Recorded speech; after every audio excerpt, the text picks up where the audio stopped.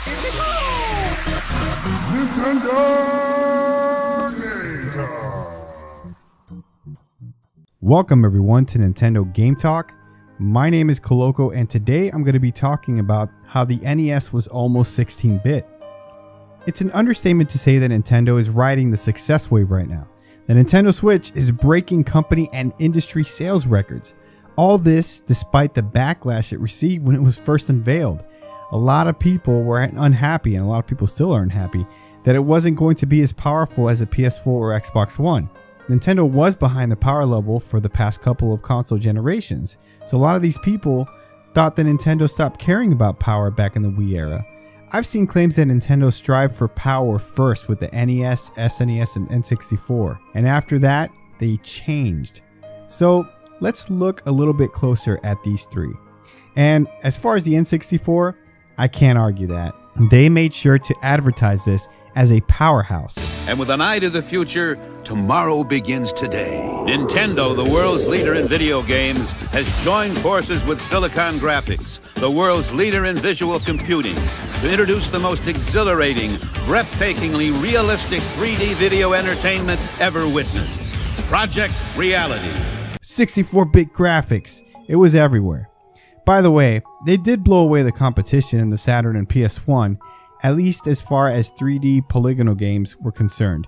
It's the reason Nintendo shunned 2D games on it. They wanted to show off the 3D graphics.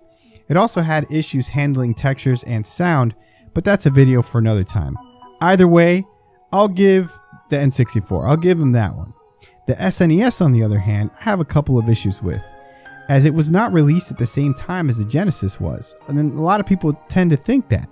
The Genesis released first in 1988, and the SNES was released 2 years later in 1990, so the fact that it was superior really wasn't that surprising. Granted, I guess you could say that Nintendo could have still gone with a weaker console, but in this case, I felt that they needed to make it a bit more powerful as a selling point to consumers.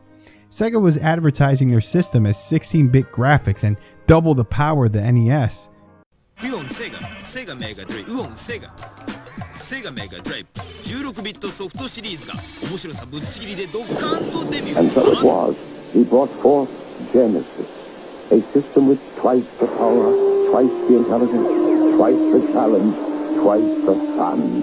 And actually giving Nintendo a run for their money, taking a good chunk of the market share, something Nintendo thought would never happen, as they had an iron grip on the gaming industry until then. On top of this, the SNES was more capable, but not by that much. Games looked pretty similar on both platforms. So for argument's sake, I'll go halfway on this one. That leaves the NES. Nintendo made sure to make this the most powerful system they could when it was released, right? Well, what if I were to tell you that the NES could have been 16 bits? Take this excerpt from the book Game Over by David Sheff. For context, Masayuki Uemura was the manager of the research and development for the NES at the time. The book states, for Uemura, the greatest challenge was not the technology. Price was the crucial factor. Yamauchi wanted the system in many, many homes, so it had to be cheap enough so that almost everyone could buy it. All the machines currently on the market, except for the Epoch system, were selling from $200 to $350. Yamauchi set a goal of less than $75. A 16-bit processor could have done it all with ease, but Nintendo would have to make do with a less powerful 8-bit processor if the price was going to be kept low. What interests me and what intrigues me is that this seems to indicate that the 16-bit technology was readily available for the NES. After all, it was just 4 years later when the TurboGrafx 16 was released, the very first 16-bit console. The reason that Nintendo decided against it was because they wanted to keep the NES at a very low price. They knew that if they wanted to have it in as many homes as possible, they needed to think about what the consumer would want, especially when home consoles at the time were so much more expensive. Nintendo could have released the NES with 16-bit graphics. They would have charged a little bit more, and it probably would have still been a lot more successful with the technology that they were adding to the NES, on top of the graphic capabilities. But they didn't want to do that. They wanted to use a blue ocean strategy. They wanted to be different from the rest. Does that sound familiar to you? Does it sound like Nintendo has changed that strategy? To me, it hasn't at all. They've always thought differently from the rest of the industry. It's cool to think about what would have happened if the NES would have released with 16-bit graphics. How that would have affected the gaming industry. Would we would have gotten into 32-bit graphics sooner? We have had a Sega Genesis at all.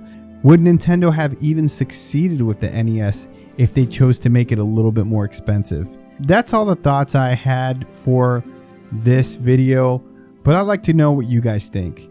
Leave a comment below, and if you like this video, please hit that like button, hit subscribe, and stick around for more Nintendo Game Talk. Later.